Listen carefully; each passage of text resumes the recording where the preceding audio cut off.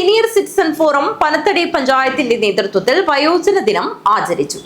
ഗാന്ധി ജയന്തി അനുസ്മരണവും സംഘടിപ്പിച്ചു. വളാംതോട് മിൽമ ഓഡിറ്റോറിയത്തിൽ വെച്ചാണ് പരിപാടി സംഘടിപ്പിച്ചത്.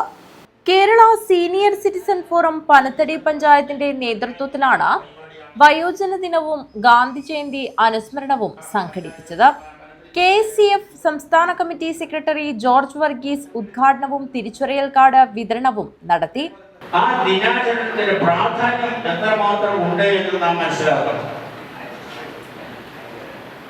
ഈ ഒക്ടോബർ 1 മുതൽ 7 വരെയുള്ള ഒരാഴ്ചക്കാലം കേരള സീനിയർ സിറ്റിസൺ ഫോറം അതിന്റെ ആരംഭകാലം മുതൽ, അതായത് 30 വർഷമായിട്ട് വയോജന വാരമായിട്ട് വിവിധ പരിപാടികളോടുകൂടി നടത്തി വരുന്നത്. അതിന്റെ ഭാഗമായിട്ടാണ് പനത്തടി പഞ്ചായത്ത് കമ്മിറ്റി ഇങ്ങനൊരു പരിപാടി പ്ലാൻ ചെയ്ത് ഇപ്പോൾ ഇവിടെ നമ്മൾ നടത്തിക്കൊണ്ടിരിക്കുന്നത്.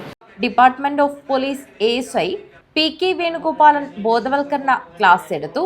Thomas T Thayyil, കൂക്കൽ Raghavan, Michael Poovathani, Mohan Kumar, KN Vijayakumaran Nair, ഏറത്ത് മുഹമ്മദ് കുഞ്ഞി എന്നിവർ സംസാരിച്ചു.